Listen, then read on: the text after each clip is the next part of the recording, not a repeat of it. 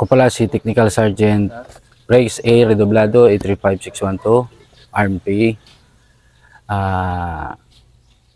Na-assign ngayon dito sa 2nd Mechanized Battalion. Ang episode na ito, ikikwento ko yung buhay namin ni Captain Sandoval nung nasa Marawi kami. Nung ako na ang naghatid sundo sa kanya kung once na mag-conference,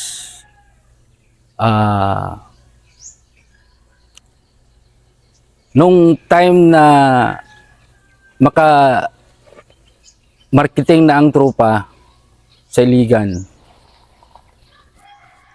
first time ko na nakakita na may bitbit si Sir Sandoval, sir, na Jollibee.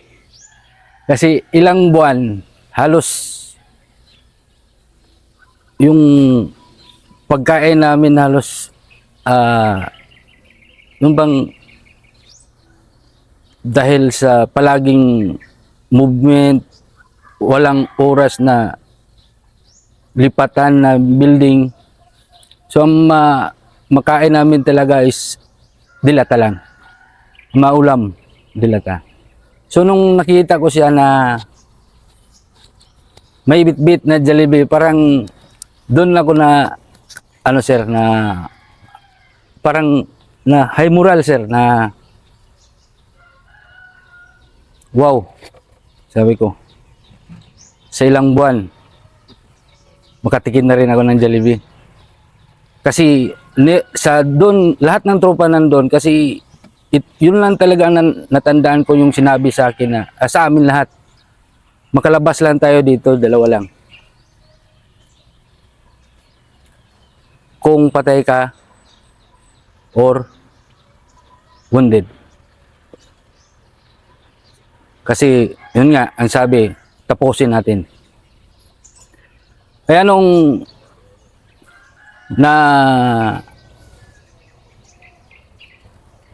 sa close namin ni Sir Sandoval, parang na ano ko siya, sir, na sir, masarap yan yung dala mo. Alam, master, yan tayo. So parang dun ako na ano, sir, na nagsalo kami sa isang anong tawag din, sir, yung pack na with Chicken Joy. Kasi talagang hindi. Tuloy lang, master. Kaya nung pagkatapos ng conference, na kunin namin yung likod ng land bank, kasi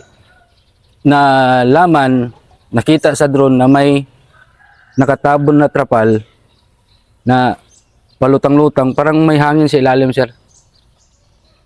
So nung nalapitan ng tropa ni yung sniper ni Sir Sandoval, na may butas, tunnel. So nung tumawag sa akin, sir, walang ibang request si Sir Sandoval kundi si Sigura, sabi niya. Sigura, saan ka? Hindi Sir, na first name ang pangalan mo. Ang pangalan mo talaga yung sobrang sikat, yung actually meron akong kuha nung Sigura mo na, Yes, sir. na armor eh. Yun na yung pangalan mo talaga noon, di ba? Si Sigura, yung Sigura. inyong armored Sir. vehicle. Yes, sir. Nung tumawag na siya, sir, kay CEO namin doon, sir, si Captain pa noon siya noon, sir, si Magura. Ang sabi niya, Bok, request ko si Sigura. Mag-load mo na sir, mag-load mo na ng bala kasi wala na siyang bala. So nung pagkatapos namin ng loading, sir, sa vehicle, proceed na ako, sir, sa area niya. Yun na yung time pala na sinunog na yung ng sinunog na yung first floor na kung saan doon nakaposisyon yung tropa niya sir sa second floor. Open. Ngayon, yung mga upuan doon na parang upuan ng sa school ng elementary sir, yung mga kahoy na yun yung mga sinunog sir. Kaya nung lumakas yung apoy, ang sabi ni Captain Sandoval sir na, Master, kaya ba nating dikitan para malaman natin kung saan nakapusto yung sniper? So sabi ko sir, ako mauna sir, laruin ko yung harap na yan sir para malaman natin kung saan nakapusto. So, pinain mo sarili mo sa sniper? Yes sir, yung tangke ko sir. Tangke mo, oh. Yes sir. So nung naobserbahan ng gunner ko kung saan pumitik, kung anong part ng body ng vehicle ko, kung saan galing, yun yung doon kagad magtutok yung gunner ko sir. Nung nasilip ng gunner ko sir, na kasi may dala-dala kaming mapa, by numbering kasi yun sir, nasa mga tire na ano sir, tire ng sasakyan. Yung sniper? Yes sir. Nakatago talaga sa gulong? Nakatago sir. Nung natawag na namin kay Sir Sandoval sir, na nandun, pinapusto niya kagad yung mga sniper. Saka namin ginawang hagdanan yung IPC namin kasi tatlo, apat na vehicle sir na nandun. So, yung isang vehicle namin sir, yun yung ginawang hagdanan ng tropa para lang makababa.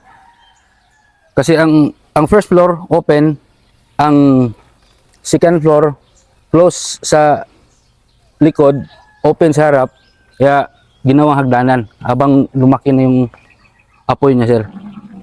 Ang lupit nun, sige ulitin nga natin. Ibig sabihin, 11 company, ginawa na silang, parang ginawa silang pandesal, niluluto Yes, na. Oh, parang bibingka sir na. Bibingka pala, parang bibingka. Yes sir.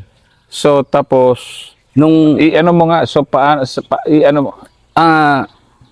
open yung sir, yung first floor. So pinasok kunti yung body ng vehicle. Para yung kalahati, yun yung matalunan ng tropa sa bago sa lupa. Tapos maneuver. Para lang makasibat lang sila dun sa open na area sir. Kasi kung talunan nila nawala yung bakal, at talagang sir, yan, parang medyo yan. Mabigat sir, at may dalang baril. May dalang pa sir, mga gamit. Yan nung na-video na habang nagakuman siya sir, nag-video siya. Nag-video siya. Nung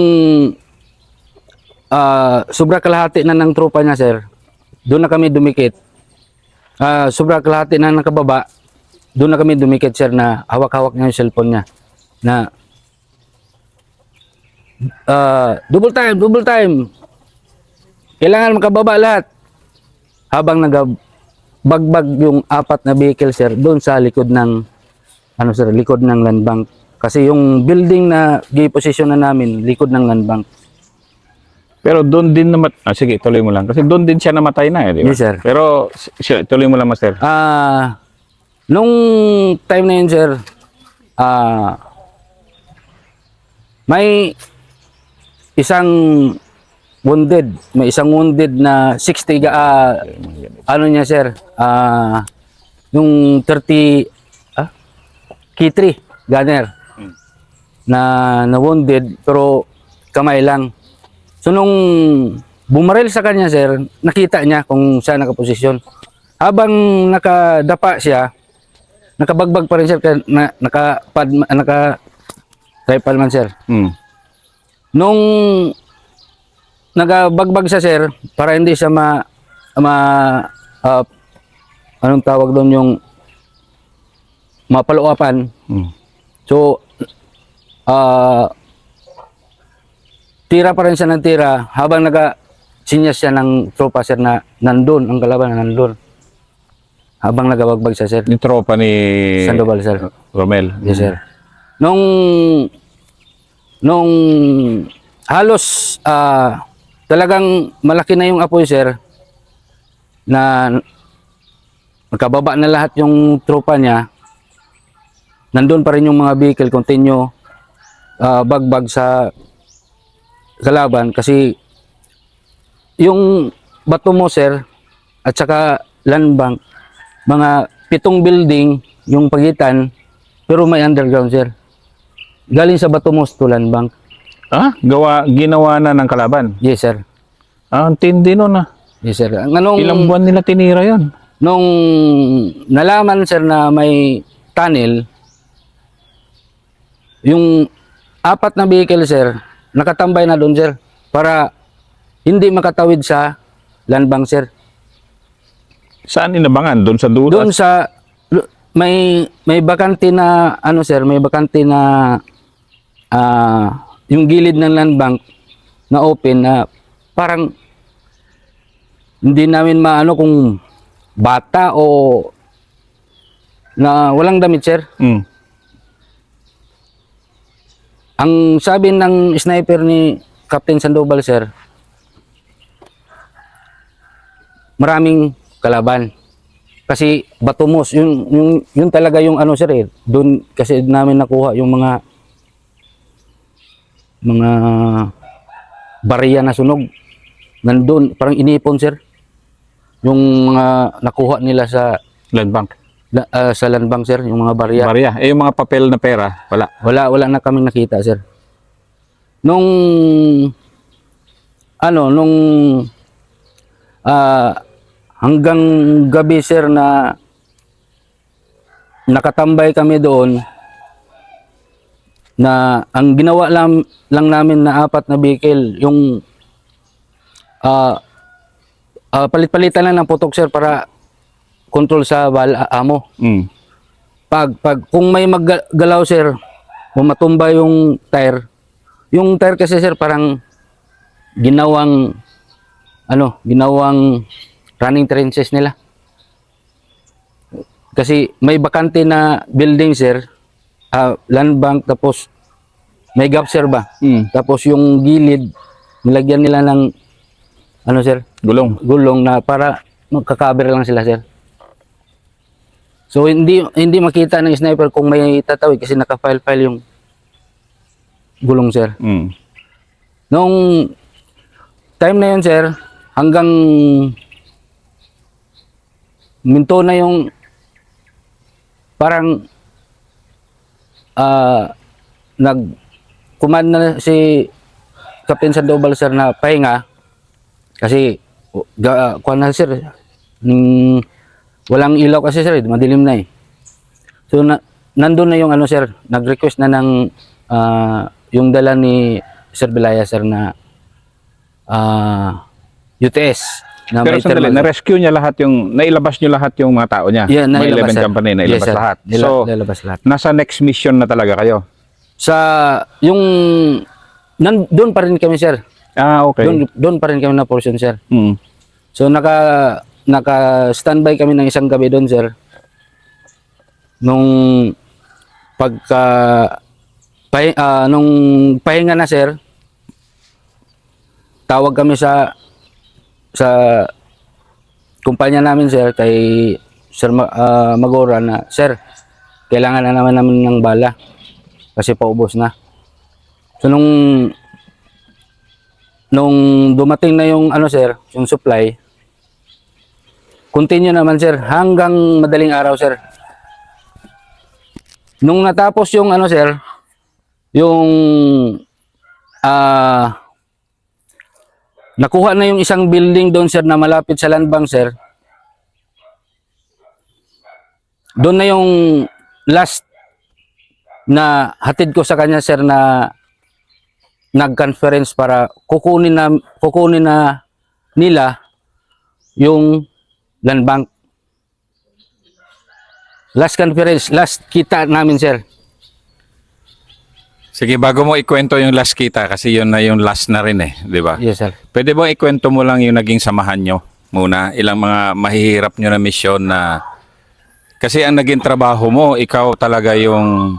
Kaya ka sumikat doon si Segura, dahil ikaw yung inasahan na parang command vehicle ka eh. Tapos assault din. Ikaw yung ano eh.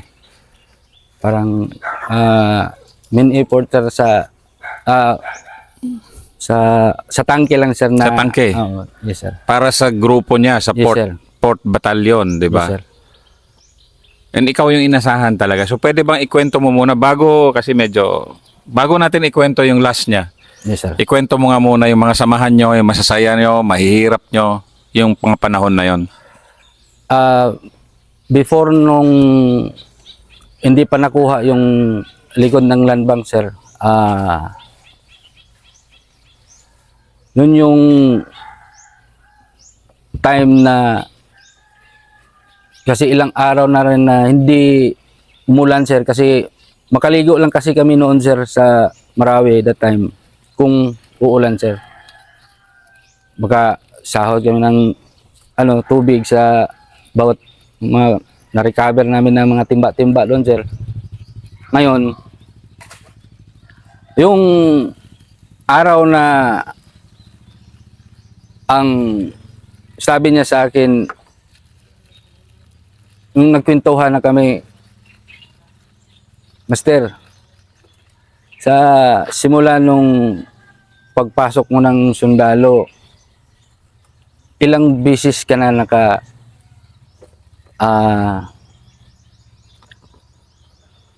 encounter, sabi niya sa akin.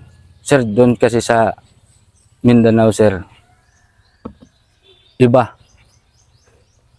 ang doon sir kasi open. At saka first time ko sa urban war sir. Nung habang nagkwentuhan, nag-chat-chat pa kami. Kasi sir parang yung linya ng building na yun sir, malapit na doon sa Catholic Church. So may sir, may yung nakikita namin na may mga ewan ko fake ba yun na mga sigarilyo sir. So habang nagkakwentuhan sigarilyo na kuha namin sir ba. Ngayon naikwento niya sa akin yung karanasan niya noon at saka hanggang na kwento niya rin na wala daw siyang masabi sa misis niya sa sobrang bait. Hanggang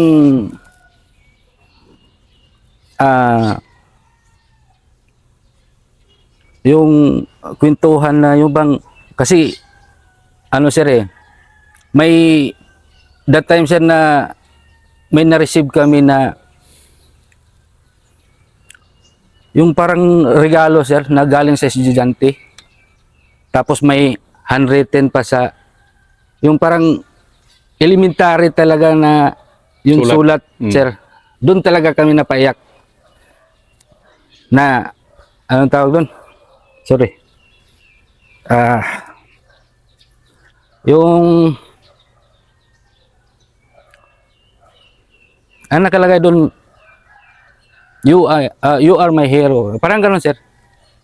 Sa sobrang marami nang nadali doon, sir.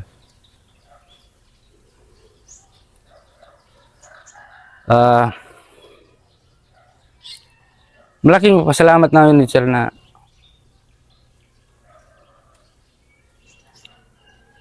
kahit na gano'n kalakas yung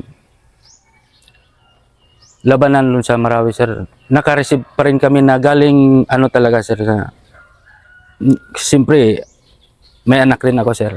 Parang anak ko nagpadala, sir, ba? Nandun mga toothbrush, sorry, underwear, mga chocolate,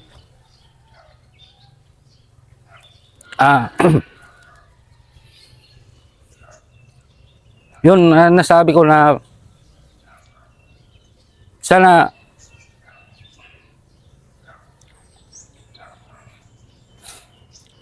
makauwi pa na ano.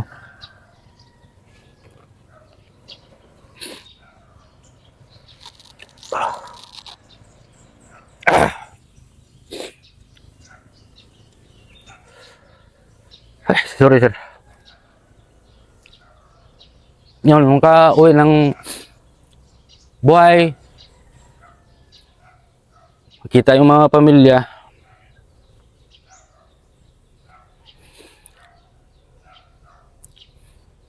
Kaya nung tinanong niya ako sir na kasi yung cellphone ko noon sir, yung keypad lang. Tumawag yung kapatid ko na Manila. Kasi ang nickname ko doon. Doon. Kumusta na kayo dyan? Okay lang, te. Sa akin lang, te, kasi pastora yon. Sa akin lang, te, pagdasal nyo lang kami na sana matapos din to na walang mangyari sa amin lahat dito, sabi ng kapatid ko sir na always araw-araw, gabi-gabi doon sa akin. Lahat kayo dyan. Tinanong pa ako ni Sir Sandoval, kapatid mo yun, master? Oo, sir. Okay. Baka may communication pala kayo na kan. Oo, sir, kasi ako na, idasal tayo dito, sir, sabi. Yun, sir, na pagkatapos nun, sir, nagpatawag si Battalion Commander, sir, na conference kasi yun na yung another target na kukunin na yung land bank, sir. Yun na yung last namin nakita, sir, na ako ang naghatid sundo sa kanya. Tapos kasi ang sector of fire ko, sir, doon pa rin ako sa likod ng land bank na para hindi makadikit yung kalaban na galing sa Batumos.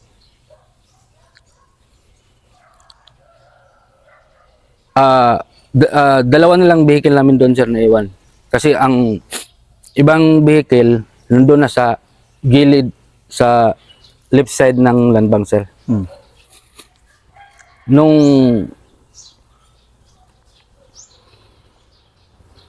habang ginabutasan yung pinapalaki yung butas ng second floor, sir, ng land bank, kasi yun yung daanan para mapasok yung land bank, sir. Kasi positive na kasi doon sa ground floor, sir, na nandun yung tunnel. Doon nagsisimula yung tunnel. Yes, sir.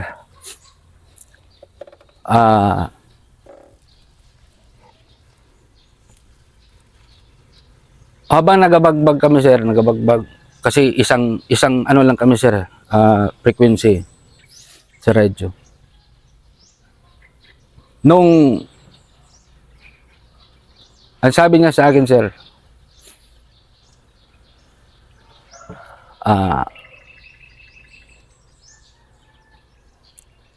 kayo na ang bahala dyan, master. Kasi iba ang ano nila, sir, na sila mismo ang papasok, sir, sa second floor. Kasi ang land bank may katabi na building na tama-tama talaga yung atip, sir, nasa second floor. Second floor ni land bank. Yes, sir. Ngayon, nung napasok na nila, sir, continue pa rin yung bagbag namin dun sa gilid, sa right side, para hindi makadikit yung kalaban. Doon ko na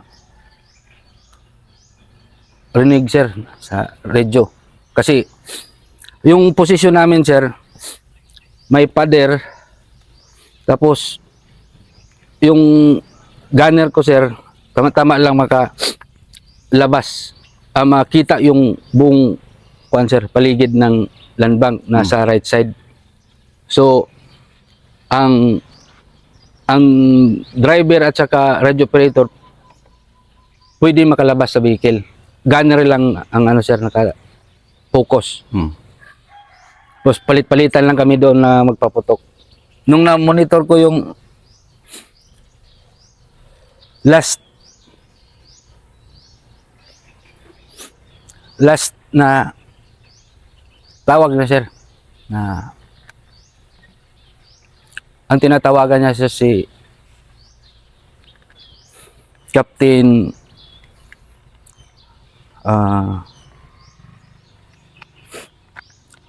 Dilo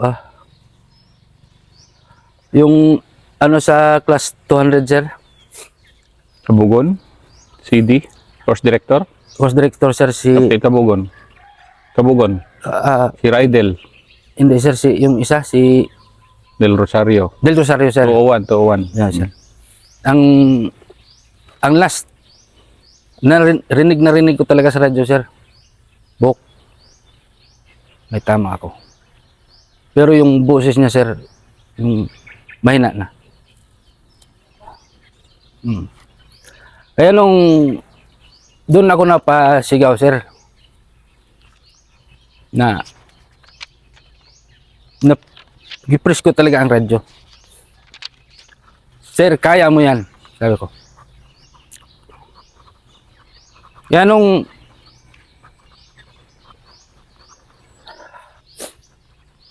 yung panahon na yun sir na tumawag si Battalion Commander sir sa Port SRP. Sigura punta ka dito. Di ako nagdadalawang isip sir, pero nagsabi talaga ako sir na, sir, isang box na lang naiwan ng bala ko sir. Walang problema yung bala. Maraming bala dito kasi maraming tangke na doon sir. Pero ako pa rin gi-request sir. Never ko nakita yung harap ng land bank. Nag-mapping kami sir sa lupa na ni Captain De Rosario sir. Master, sabi niya sa akin, kasi maraming yero, mawarat. Yeah. Ito yung land bank, yung harap, open yan sa ground floor. Sir, sabi ko, safety na ba yung sa harap sir? Sabi ko. Maraming sniper na nakalatag, sabi niya. Sige sir. Unang attempt ko sir,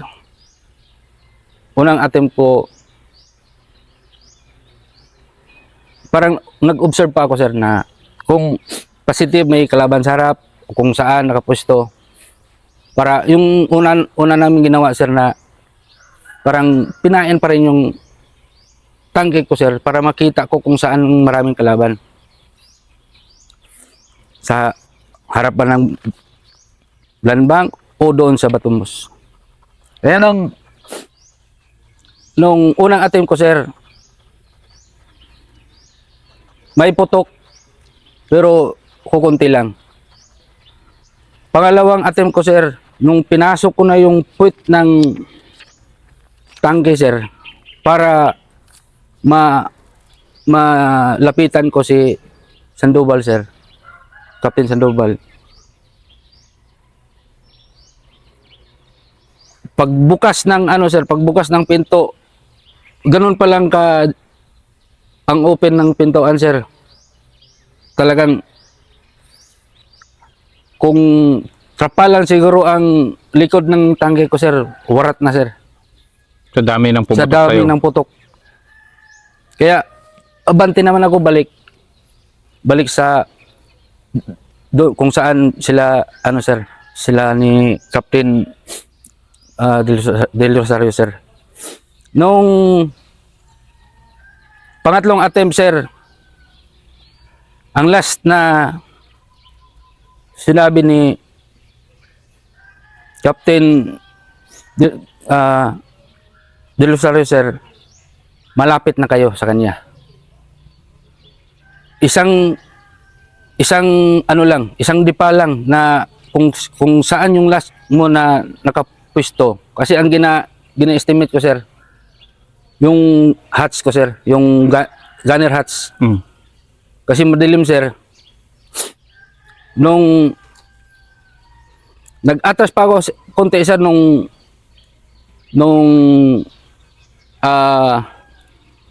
pangatlong attempt ko, kala ko RPG na sir. Tumama pala yung parang ano ng building. Yung buho sir. Mm. Tumama doon sa gunner hatch ko sir. Yung kanya, foundation, ano ito? Yung likod ng gun sir na tumama doon sa Mm. sa anong tawag yan sa yung sa gitna na buhos na semento sir. Beam. Beam. Mm. Akala ko RPG sir. Kasi may dalawang putok na malalaki pero sumagi sa ano sir sa mga bakal na kasi bagsakan ng 500 pounds yun sir eh.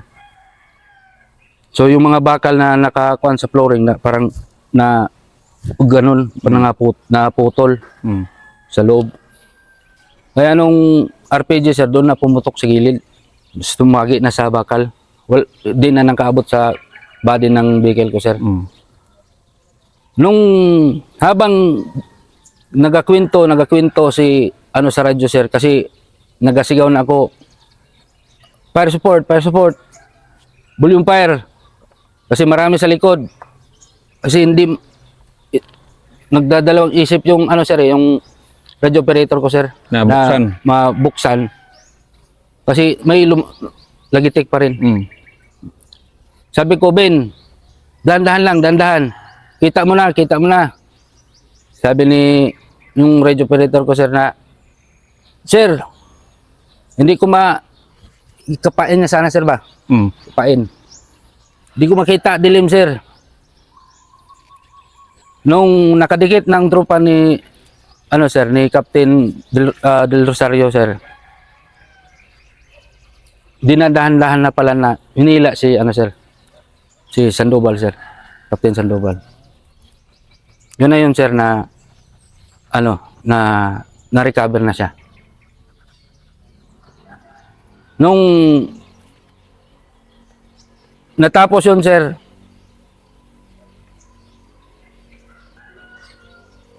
nakiusap ako kay Captain Del Rosario sir na pwede ko ba makita si ano sir? Huwag na master.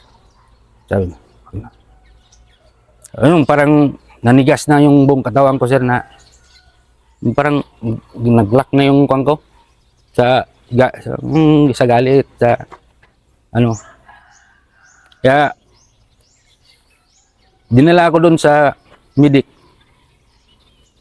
Hindi ko makuan sir na nagaganon na yung kamay ko sir. Hindi ko na kaya i-drive yung EPC sir na kuan. Kaya dinala ko sa medic, binuhat ako. Dahil sa ang sabi nung taga-medic sir, dahil sa ano daw. Kasi halos hindi ako makahinga sir eh. Nung andun na yung galit, yung dahil sa samahan namin. Napamahal talaga si late Captain Sandoval sa'yo. Sir? Ano na rin sir, kasi sa tagal na ilang building na rin na nakuha namin sir. Ako palagi ang gina-request na sir. Kaya yun ang nangyari sir. Kaya nung pinanood ko yung maalaala ko kaya sir, niyakap ko talaga misis ko sir na pasalamat.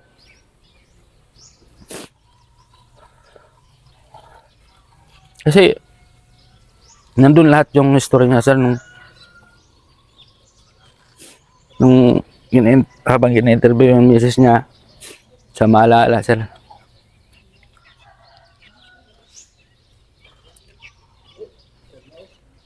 Yeah. Ano pa rin, pasalamat ako sa inyo, Sir Intok Batalyon dati sa Port Reserve. Nung wala kayo, siguro hindi ako makauwi ng buhay sa pamilya ko.